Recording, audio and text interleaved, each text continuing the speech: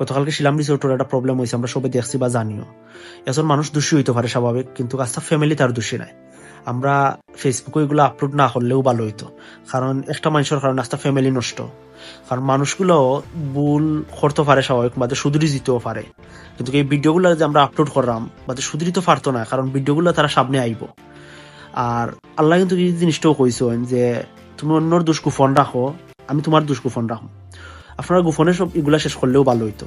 আপনারা আবার বিয়া করাইও দিচ্ছেন, বালা একটা হাম করছেন, ঠিক আছে, কিন্তু এই বালা হামার মাঝে তারা ভিডিওগুলা যে আপনারা করলা চাল্লা, ভবিষ্যতে যে তার ছোট ছোট ভাই বোন নাই বা বাচ্চা কাচ্চা যদি দেখে এই জিনিসটা কোন জায়গায় থাকবো, একটা মা বাপর বা আত্মীয় স্বজন।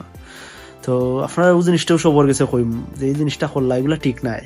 আপনার আমার ফ্যামিলি তো ভাই বোন আছে, ছেলে মেয়েও আছে অনেকর, সে কোনবা দি কোন সময় যাইব সেও কইতে পারতো না।